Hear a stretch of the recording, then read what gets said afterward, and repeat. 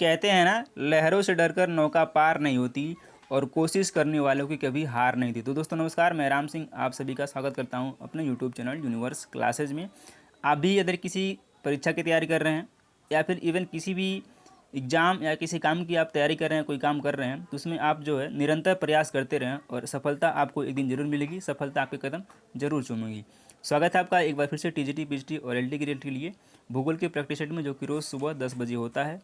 और तो चलिए शुरुआत करते हैं इसी के साथ आज के इस प्रैक्टिस सेशन की।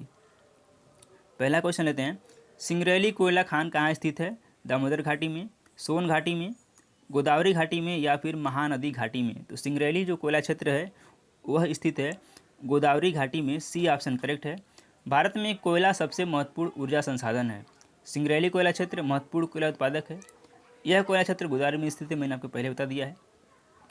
मुख्यतः आंध्र प्रदेश में विस्तृत है, यानी कि कहाँ पे? गोदावरी क्षेत्र के आंध्र प्रदेश में मुख्यतः यह विस्तृत है। और संपूर्ण व्यापारिक ऊर्जा में 58% एवं 58% किसमें? संपूर्ण ऊर्जा उत्पादन में। और इसके साथ साथ विद्युत उत्पादन में लगभग 70% का योगदान कोयला का रहता है, यानी कि 70% उत्पादन 70% इसका जो यूज है वो विद्युत उत्पादन में, और 58% सभी ऊर्जा उत्पादन में इसका उपयोग किया जाता है। तो और इस क्षेत्र में करीमनगर, खम्माम, वारंगल महत्वपूर्ण कोयला उत्पादक जिले हैं। चलिए अगले क्वेश्चन में बढ़ते हैं। कोडागू जिले की ब्रह्मगिरी पहाड़ियों में से कौन सी नदी निकलती है? कावेरी, ताप्ती, महानदी या फिर पेन्ना? तो यह नदी निकलती है कावेरी। ए ऑप्शन करेक्ट हो जाएगा। काजरी का विस्तृत रूप क्या है? Climatic aerial zone research institute, central aerial zone referral institute, central arid zone research institute या फिर climatic arid zone referral institute? काजरी, इसका जो पूर्ण रूप है यह क्या है? यह है central arid zone research institute. That means C option बिल्कुल करेक्ट हो जाएगा। अगला हमारा क्वेश्चन है, उदयपुर की जावर खाने प्रसिद्ध हैं किसके लिए? आपको पता होगा, आपने सुना होगा कभी न कभी कि जावर खाने हैं, यानी कि जावर खाने किस लिए प्रसिद्ध हैं? लौह अयस्क के लिए, अभ्रक के लिए, जस्ता के लिए या फिर मैग्नीज के लिए? तो उदयपुर की जो जावर खाने हैं वह किस लिए प्रसिद्ध हैं? यह जस्ता के लिए प्रसिद्ध हैं। और उदयपुर कहाँ पे है? यह राजस्थान में स्थित है। तो सी ऑप्शन इसका करेक्ट हो जाएगा। गन्ने की खेती के लिए उपयुक्त तापमान किस सीमा के बीच होना चाहिए? 18 डिग्री सेल्सियस और 27 डिग्री सेल्सियस, यानी कि 18 से 27 डिग्री के बीच में, 15 से 25 डिग्री के बीच में, 16 से 27 डिग्री सेल्सियस के बीच में या फिर 20 से 25 डिग्री सेल्सियस के बीच में? तो कितना होता है? यह होता है 18 डिग्री से 27 डिग्री सेल्सियस के बीच में। ए ऑप्शन बिल्कुल करेक्ट होता है। बढ़ते हैं अपने अगले क्वेश्चन की तरफ। और इससे पहले आपसे रिक्वेस्ट है कि यदि आपने अभी भी चैनल को सब्सक्राइब नहीं किया है तो चैनल को सब्सक्राइब करके बेल आइकन प्रेस करें और वीडियो को अधिक से अधिक शेयर करें, जिससे कि हमें भी मोटिवेशन मिल सके और आगे हम इसी तरह से काम करते रहें। चलिए बढ़ते हैं अपने अगले क्वेश्चन की तरफ। और अगला जो हमारा क्वेश्चन है, विश्व के निम्नलिखित देशों में से कौन सा देश अपने कुल गेहूँ उत्पादन के लगभग 2/3 भाग से अधिक निर्यात करता है? अर्जेंटीना, कनाडा, ऑस्ट्रेलिया या फिर फ्रांस? तो कौन उत्पादन करता है सबसे कुल गेहूं उत्पादन के लगभग 2/3 भाग से अधिक निर्यात करता है? यह जो है, यह कौन है? यह है कनाडा। बी ऑप्शन करेक्ट हो जाएगा। इनमें से कौन सा पत्तन भारत में लौह अयस्क के निर्यात के लिए अग्रणी माना जाता है? कोची, मार्मागाओ, पारादीप, विशाखापत्तनम? मार्मागाओ को मार्मा गोवा भी बोलते हैं, तो आप इसमें कन्फ्यूज नहीं होइएगा। कौन सा है? यह है विशाखापत्तनम। और यह कहाँ पर है? यह जो है उड़ीसा तट पर स्थित है। पारादीप पोर्ट जापान के लिए लौह अयस्क के लिए निर्यात, पारादीप तट पर स्थित उड़ीसा तट पर स्थित पारादीप पोर्ट जापान के लिए लौह अयस्क के लिए निर्यात के लिए अग्रणी माना जाता है। डी ऑप्शन करेक्ट, इसका सी ऑप्शन करेक्ट हो जाएगा। डी नहीं होगा, सी होगा। डमरिल भूदृश्य उत्पन्न होता है हिमानी अपर्दन से, नदी अपर्दन से, हिमानी निक्षेपण से या फिर नदी निक्षेपण से? तो डमरिल भूदृश्य उत्पन्न होता है किससे?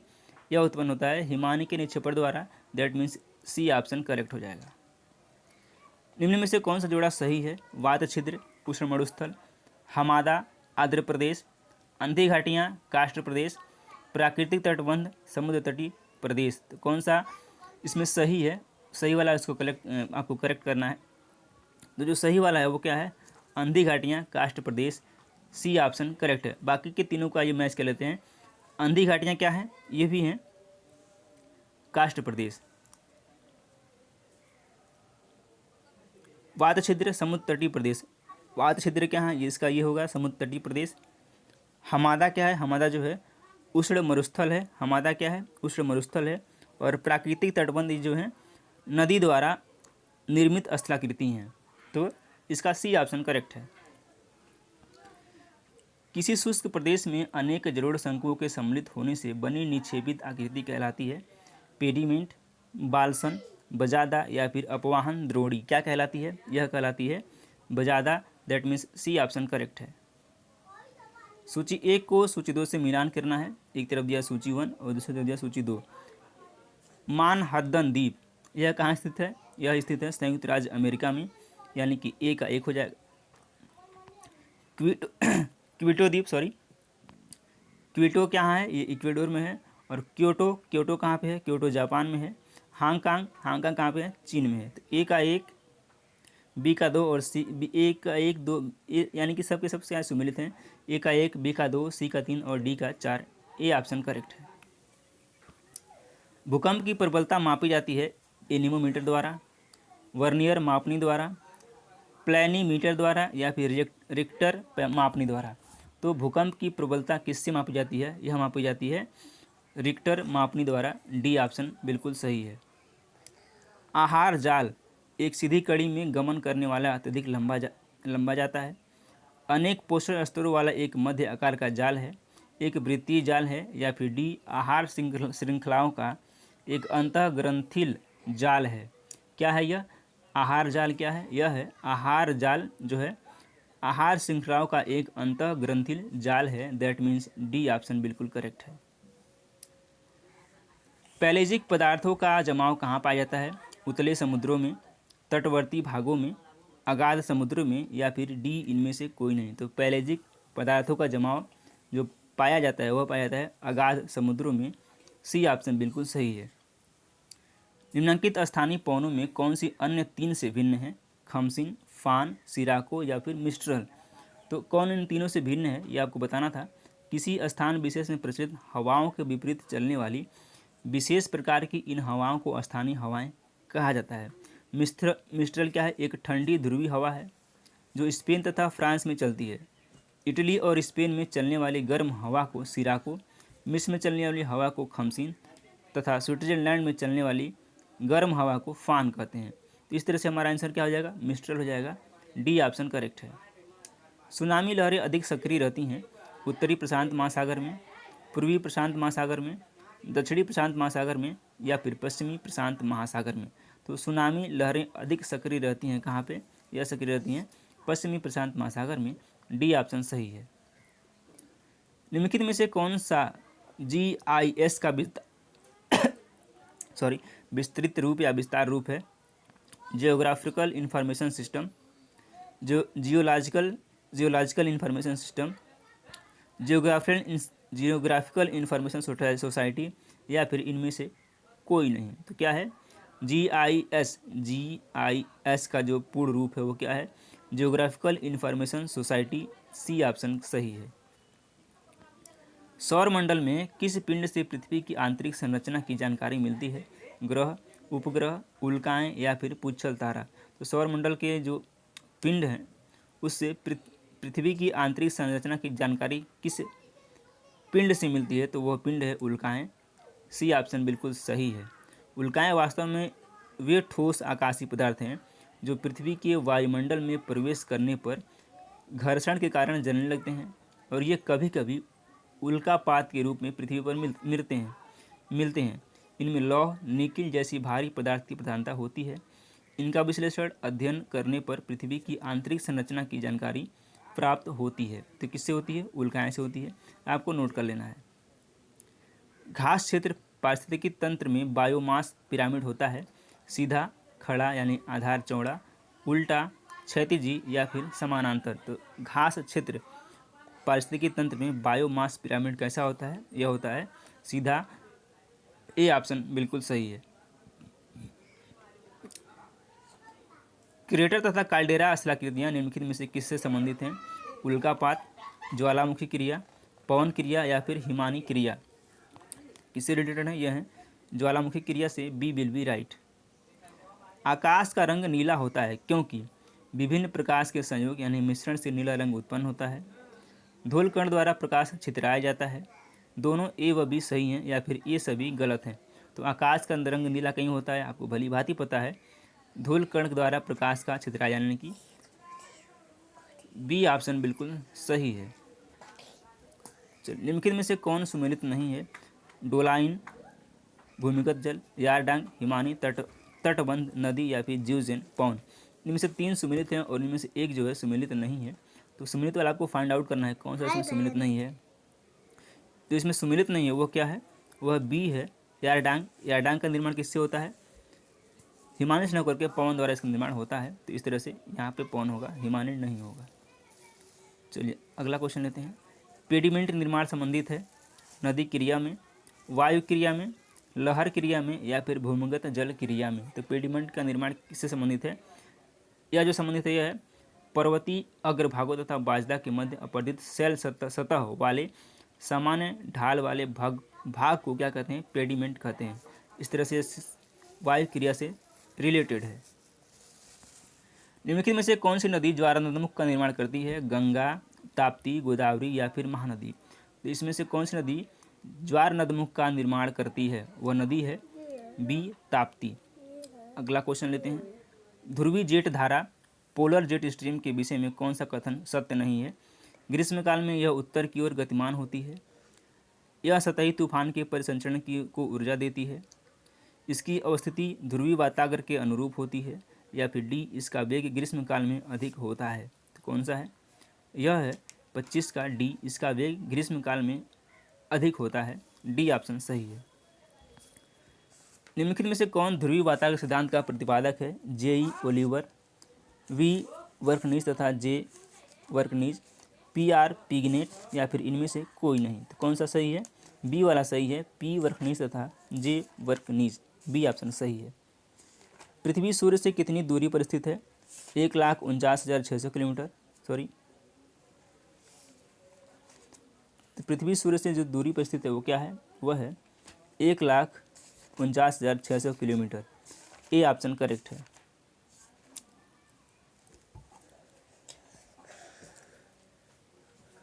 अगला क्वेश्चन। सूर्य की सतह का तापमान लगभग है 2000 डिग्री सेल्सियस, 3000, 4000 या फिर 5000 डिग्री सेल्सियस। कितना है? लगभग 5000 degree Celsius. D option correct है। और इजिप्ट इसका तापमान कितना है? 5700 डिग्री सेल्सियस। छत्रक शिला अपर्दन के किस कारण का प्रतिफल होता है? हिमनद, नदी, पवन या फिर समुद्री लहर? छत्रक शिला जो होता है वह पवन से संबंधित होता है। सी ऑप्शन करेक्ट है। ड्रिफ्ट मैदान का निर्माण होता है महाद्वीपीय हिमालय निक्षेप से, वायु द्वारा लाए गए धूल के निक्षेप से, नदियों द्वारा लाए गए मलबा के निक्षेप से या फिर समुद्री लहरों के निक्षेप से? तो क्या है यह है महाद्वीपीय हिमालय निक्षेप से। ए ऑप्शन बिल्कुल सही है। अगला क्वेश्चन लेते हैं। निम्नलिखित में से किसे रिक्टर मापने पर मापा जाता है? तरल पदार्थों का घनत्व, भूकंप की तीव्रता, शांत रहो बेटा, टॉर्नेडो का वेग या फिर ऊर्जा की ऊंचाई? कौन सा है? रिक्टर मापने पर क्या मापा जाता है? यह जो है भूकंप की तीव्रता रिक्टर मापने पर मापा जाता है। बी ऑप्शन करेक्ट है। अगला क्वेश्चन। निम्नलिखित में से कौन सी पवन हेडली सेल के क्षेत्र में आती है? मानसूनी पवनें, व्यापारिक पवनें, पछुआ पवनें या फिर ध्रुवीय पवनें? तो कौन सी पवनें हेडली सेल के क्षेत्र में आती हैं? यह जो पवन है व्यापारिक पवनें। बी ऑप्शन करेक्ट है। चलिए, उम्मीद करते हैं कि आपको यह सेशन पसंद आया होगा। सेशन पसंद आया तो वीडियो को एक लाइक करें और चैनल को सब्सक्राइब जरूर करें। धन्यवाद। चावल की कृषि की जाती है प्रेरी घास भूमियों में, सवाना जलवायु प्रदेश में, लैटेराइट मृदा प्रदेश में या फिर जलपूरित निम्नवर्ती भागों में? तो चावल की कृषि की जाती है कहाँ पे? यह की जाती है जलपूरित निम्नवर्ती भागों में। डी ऑप्शन सही है। नाथुला दर्रा कहाँ स्थित है? अरुणाचल प्रदेश में, भूटान में, जम्मू कश्मीर में या फिर सिक्किम में? तो नाथुला दर्रा स्थित है कहाँ पर? यह स्थित है सिक्किम में। डी ऑप्शन करेक्ट है। और आपको कमेंट करना है कि सिक्किम में और कौन सा दर्रा पाया जाता है। फिर से कूट वाला क्वेश्चन है। वैथोलिक ये किस तरह की चट्टान है? तो यह जो है आग्नेय चट्टान है। कांग्लोमेरेट अवसादी चट्टान है। बरखान जो है बालू का स्तूप है। और पिंगो क्या है? परमाफ्रास्ट यानी कि अस्थाई बर्फीला क्षेत्र है। तो वैथोलिथ आग्नेय चट्टान ए का तीन सिर्फ और सिर्फ डी ऑप्शन में दिया गया है और डी ऑप्शन बिल्कुल करेक्ट हो जाएगा। आप यहाँ देख पाते हैं। सूची 1 को सूची 2 से फिर से मिलाना है और बताना है। एक तरफ दिया है नदियाँ और दूसरी तरफ दिया है उस पर कौन से जलप्रपात हैं। शरावती नदी पे कौन सा जलप्रपात है? तो इस पर है जोंग जलप्रपात। शरावती पे क्या है? जोंग जलप्रपात। सुवर्ण रेखा पर कौन सा प्रपात है? तो इस पर है धुआंधार जलप्रपात। कावेरी नदी पर कौन सा जलप्रपात है? इस पर है शिव समुद्रम। और नर्मदा पर है हुंड्रू जलप्रपात। ए का 3 बी का 2 ए का 3 बी का 2 ऑप्शन नंबर ए का 3 बी का ए का 3 और शरावती पर है जोंग, नर्मदा पर है धुआंधार जलप्रपात। नर्मदा पर है धुआंधार, कुछ मिस्टेक हो गया है। शरावती है किस पे? जोंग जलप्रपात। और स्वर्णरेखा पर कौन सा है? तो इस पर है हुंड्रू। और कावेरी पर कौन सा जलप्रपात है? तो इस पर है शिव समुद्रम। और नर्मदा पर है धुआंधार। तो ए का 3 बी का 1 ए का 3 बी का 1 सी ऑप्शन में दिया गया है। सी ऑप्शन करेक्ट हो जाएगा। निम्नलिखित में से कौन सा युग्म सम्मिलित नहीं है? एक तरफ दिया राज्य और दूसरी तरफ दिया है वन्यजीव अभ्यारण्य। कर्नाटक में कौन सा अभ्यारण्य है? तो इस पर यहाँ पे बांदीपुर है, एक बिल्कुल करेक्ट है। मध्य प्रदेश में क्या है? तो मध्य प्रदेश में है